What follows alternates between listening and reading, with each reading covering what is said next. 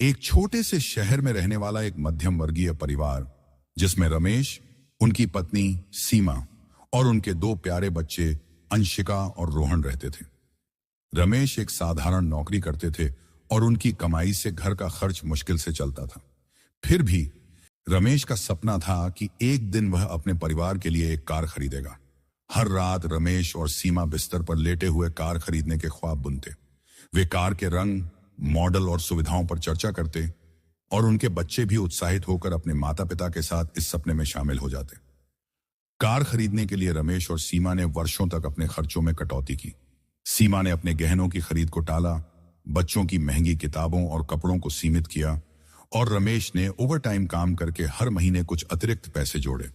यह सपना जैसे उनका जुनून बन गया था और आखिरकार एक दिन वो दिन आ गया जब उन्होंने अपनी कार खरीदने की योजना बनाई। पूरा परिवार खुशी से झूम उठा, जैसे उनका सबसे बड़ा सपना पूरा होने वाला हो। जिस दिन उन्होंने कार खरीदने का फैसला किया, उस दिन मौसम अचानक से खराब हो गया। आसमान में काले बादल छा गए और तेज बारिश की संभावना होने लगी। लेकिन इस सब के बावजूद उनका उत्साह कम नहीं हुआ। रमेश ने सोचा कि पहले वे मंदिर जाकर भगवान का आशीर्वाद लेंगे, ताकि नई कार उनके जीवन में सुख, शांति और सुरक्षा लाए। पूरे परिवार ने तैयार होकर कार में बैठा। उनके चेहरे पर उत्साह और आंखों में खुशी की चमक थी। जैसे ही वे मंदिर पहुंचे, हल्की बूंदाबांदी शुरू हो गई। मंदिर के अंदर जाकर उन्होंने भगवान के सामने अपने परिवार और कार की सुरक्षा के लिए प्रार्थना की। सीमा ने विशेष पूजा की और बच्चों ने फूल चढ़ाए। उन्हें लगा कि भगवान का आशीर्वाद उनके साथ है। मंदिर से लौटते समय एक सिग्नल पर उनकी कार रुकी। अचानक तेज हवा चलने लगी और पेड़ों की डालियां हिलने लगी। कुछ ही पलों में एक विशालकाय पेड़ जोरदार आवाज के साथ उनकी कार पर गिर पड़ा। कार में फंसे हुए रमेश और उनके परिवार को समझ नहीं आ रहा था कि यह सब कैसे हुआ। बच्चे रोने लगे, सीमा घबरा गई और रमेश ने धैर्य बनाए रखा।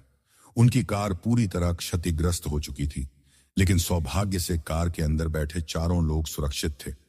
इस दुर्घटना ने पूरे परिवार को झकझोर कर रख दिया। जैसे ही वे कार से बाहर निकले, लोगों की भीड़ जमा हो गई और सभी ने इसे मनहूस कार कहकर दोष देना शुरू कर दिया। सीमा ने भी रमेश से कहा कि यह कार अशुभ है, हमें इसे तुरंत बेच देना चाहिए।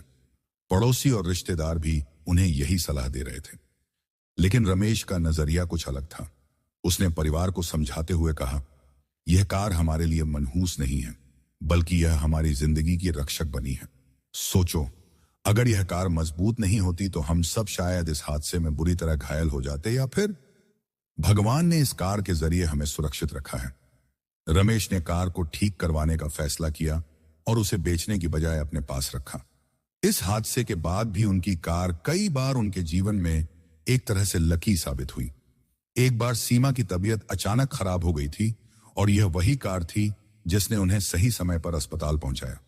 एक अन्य बार जब रमेश जंगल में लगी आग में फंस गए थे, तब रमेश इस कार की वजह से समय पर घर आ पाए और एक बड़ी मुसीबत से बच गए। इन घटनाओं ने रमेश के विश्वास को और मजबूत कर दिया कि यह कार उनके लिए लकी है। धीरे धीरे पूरे परिवार ने रमेश की बात समझी और उनकी सोच को अपनाना शुरू कर दिया। अब सीमा भी इस कार को मनहूस की बजाय सौभाग्यशाली मानने लगी। उन्होंने कार को बड़े प्यार से रखा, जैसे वह परिवार का हिस्सा हो। कार पर हुई उस भयानक दुर्घटना ने उनके परिवार को एकजुट कर दिया था और सभी ने जीवन को एक नई दृष्टि से देखना शुरू किया। यह कहानी हमें सिखाती है कि चीजों को देखने का हमारा नजरिया ही उन्हें सकारात्मक या नकारात्मक बनाता है। रमेश ने जिस दृष्टिकोण से इस हादसे को देखा, उसने न केवल अपने परिवार को प्रेरित किया, बल्कि उनके जीवन को भी खुशहाल बना दिया। यह कहानी इस बात का प्रतीक है कि हमारी जिंदगी में जो भी होता है, वह हमारे भले के लिए ही होता है। भगवान का हर एक फैसला हमारे लिए एक वरदान होता है, बस हमें उसे सही नजरिए से देखने की जरूरत होती है।